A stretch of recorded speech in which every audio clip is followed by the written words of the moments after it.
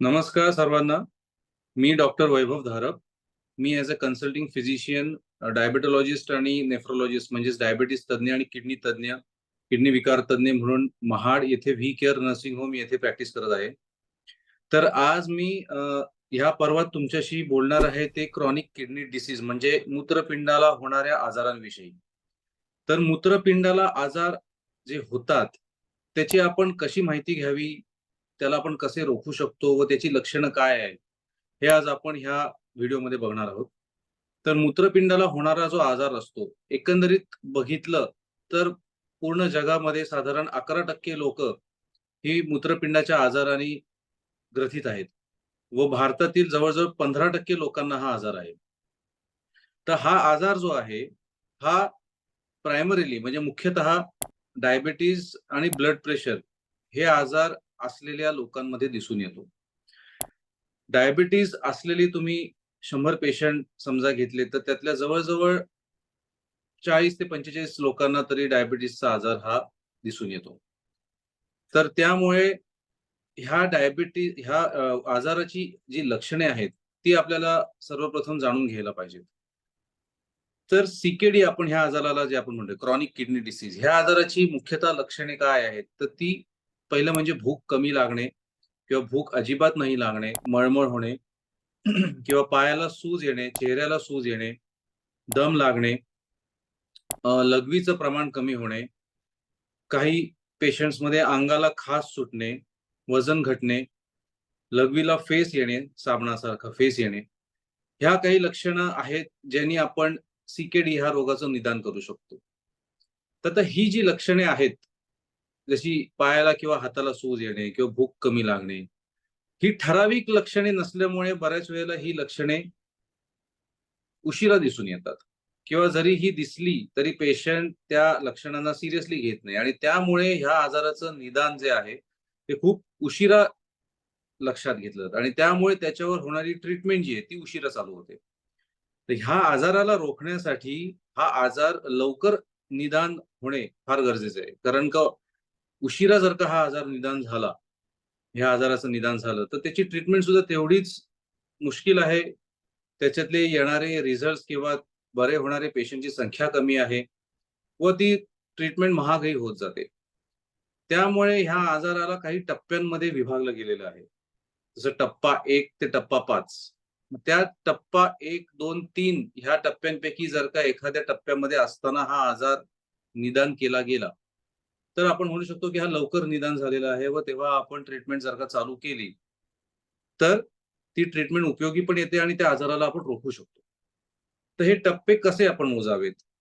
तर टप्पा हा मोजण्यासाठी एक जी-एफ-आर नावाचं रिपोर्ट असतो, एक रक्ताचा रिपोर्ट असतो, जो साध्या लॅबमध्ये कुठेही तुमच्या जवळपासच्या लॅबमध्ये अवेलेबल असतो.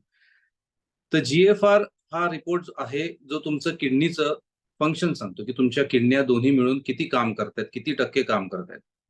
तर ह्या टक्क्यांप्रमाणे हा जी-एफ-आर मोजला जातो, की तुमचं जे रक्त आहे, ते किती गतीने किडनी तुमच्या शुद्ध करत आहे. तर त्या गतीनुसार हे टप्पे मोजले जातात. तर टप्पा 1 हा असतो ज्याच्यात जी-एफ-आर 90 किंवा त्याच्यापेक्षा अधिक असतो. दुसरा टप्पा म्हणजे जी-एफ-आर 60 ते 90च्या मध्ये असतो. टप्पा 3 हा 2 ह्याच्यात विभागला गेलेला आहे. 3A आणि 3B. तर 3A मध्ये जी-एफ-आर 45 ते 60% असतो. टप्पा 3B मध्ये तुमचा जी-एफ-आर 30 ते 45 असतो. आणि पुढचे टप्पे जे आहेत, जे सीरियस म्हणतो आपण, की जेव्हा किडनीचा आजार फार पुढे गेलेला आहे, जिथून त्याला बरं करणं फार अवघड आहे. ते टप्पा 4 ज्याच्यात किडनीचं जी-एफ-आर जो आहे, दोन्ही किडनीचे काम करण्याची क्षमता जी आहे, ती 15 ते 30% पर्यंत आलेली असते व टप्पा 5 जो आहे, त्यात 15% पेक्षा खाली तुमचं जी-एफ-आर आलेलं असतं. तर जेव्हा टप्पा 4 किंवा टप्पा 5 आपण जो म्हणतोय, त्या 15% खाली तुमच्या दोन्ही किडण्यांचं जेव्हा काम लक्षात येतं, तेव्हा शक्यतो कुठल्या गोळ्या काम करत नाहीत. त्या आजाराला आपण बरं करता येत नाही व डायलिसिस हा एकच ऑप्शन पेशंट समोर राहतो. त्यामुळे टप्पा 1, 2, 3 मध्ये ह्या आजाराचं निदान होणे फार गरजेचं आहे आणि त्यासाठी काय केलं पाहिजे? तर तुम्हाला डायबिटीज असेल, तुम्हाला ब्लड प्रेशर असेल, तर वार्षिक तुम्ही तुमची लघवी, तुमचं रक्त हे किडनीच्या आजारांसाठी काही बेसिक टेस्ट असतात, त्या तुमच्या डॉक्टरांकडून चेक करून घेतल्या पाहिजेत. ज्याच्यात ह्या आजाराचं निदान लवकर टप्प्यांमध्ये होऊ शकतं. कारण परत-परत मी तेच सांगतोय, की ह्या आजाराची जी लक्षणे आहेत, ती खूप ठराविक नसल्यामुळे म्हणजेच काय, तर ही लक्षणे फक्त किडनीच्या आजारांमध्ये दिसतात असं नाही. त्यामुळे ती लक्षणे जाणवली तर पेशंट कधी-कधी त्याला लाईटली घेतो, की ठीक आहे, चेहऱ्याला सूज आली, फारसं काही नसेल किंवा भूक नाही लागत आहे, होऊ शकतं असं. त्यामुळे ही लक्षणांना दुर्लक्ष केलं गेलं, तर मग ती लक्षणे वाढतात आणि मग किडनीचा टप्पा 4-5 पर्यंत पोहोचल्यावर आपल्या ती लक्षात येतात. त्यामुळे डायबिटीज व ब्लड प्रेशर तुम्हाला असेल तर दरवर्षी रक्ताची टेस्ट, लघवीची टेस्ट ही करून घेणं. लघवीच्या टेस्टमध्ये बघितलं जातं, की तुमच्या किडनी प्रोटीन किती लीक करतायत. जे नॉर्मली एका चांगल्या सुदृढ पेशंटमध्ये नाही झालं पाहिजे. जर का किडण्यांमधून तुमचं प्रोटीन लीक व्हायला चालू झालेलं असेल, तर तुमच्या किडन्यांचा आजाराची ही सुरुवात मानली जाते. त्यामुळे ही किडन्यांची युरिनची जी टेस्ट आहे, लघवीची जी टेस्ट आहे, ती वार्षिक केली गेली पाहिजे. ह्या टेस्टमधून आपल्याला हा आजार लवकर पकडता येतो व त्याच्यावर लवकर ट्रीटमेंट चालू करता येते. तसेच तुमची शुगर, तुमचं बीपी हे कायम कंट्रोलमध्ये पाहिजे. त्यासाठी तुमची शुगरची व बीपीची जी पथ्ये तुम्हाला तुमच्या डॉक्टरनी सांगितलेली आहेत, ती पाळून गोळ्या रेग्युलर घेतल्या पाहिजेत. रेग्युलर तुम्ही फॉलोअपला डॉक्टरांकडे आलं पाहिजेत व त्यांनी सांगितलेला आहार पाळला पाहिजे. किडनीचा आजार लक्षात आल्यानंतर काही आहार आम्ही प्रत्येक पेशंटला सांगत असतो. जर का तुम्हाला किडनीचा आजार झालाय, तर तुम्हाला मांसाहार हा पूर्णपणे बंद करायला लागतो. मिठाचं व पाण्याचं प्रमाण कमी ठेवायला लागतं व काही ठराविक फळच तुम्हाला खाता येतात, जसं पेरू, पेर, पपई, सफरचंद ह्याच्या व्यतिरिक्त बाकीची फळं आम्ही शक्यतो किडनीच्या आजारांमध्ये नाही सांगतो, कारण का त्यामुळे पोटॅशियम वाढतं व ह्या पोटॅशियममुळे हार्टला होणारे आजार वाढतात. त्यामुळे तुमचा वार्षिक चेकअप, तुमचं शुगर आणि बीपी कंट्रोलमध्ये असणं, योग्य गोळ्या घेणं, योग्य आहार पाळणं, वेळेवर फॉलोअपला जाणं व किडनीच्या गोळ्या, किडनीचा आहार हा व्यवस्थित ठेवणं, ह्या सर्व गोष्टी तुम्ही केल्यात तर सीकेडी ह्या आजाराला लवकर टप्प्यांमध्ये आपण निदान करू शकतो व त्याच्यावर लवकर ट्रीटमेंट करून वेळीच त्याला आपण थांबवू शकतो.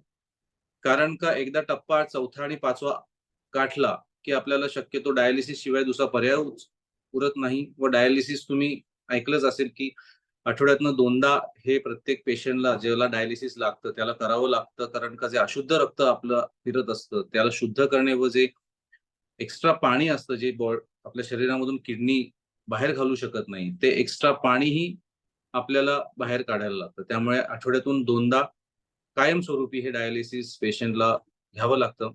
डायलिसिसचे बरेच फायदे आहेत. त्यांनी तुमची लाईफ वाढते. जे तुमचं राहणीमान आहे ते चांगलं राहतं. क्वालिटी ऑफ लाईफ ज्याला आपण बोलतो. पण योग्य रीतीने डायलिसिस 2दा घेतलं आठवड्यातून व त्यासोबत सगळे आहार आणि गोळ्या, मेडिसिन जर का घेतल्या, तरच ह्या गोष्टी पॉसिबल आहेत. त्यामुळे ह्या आजारांची लक्षणांकडे तुम्ही स्वतःहून लक्ष द्या.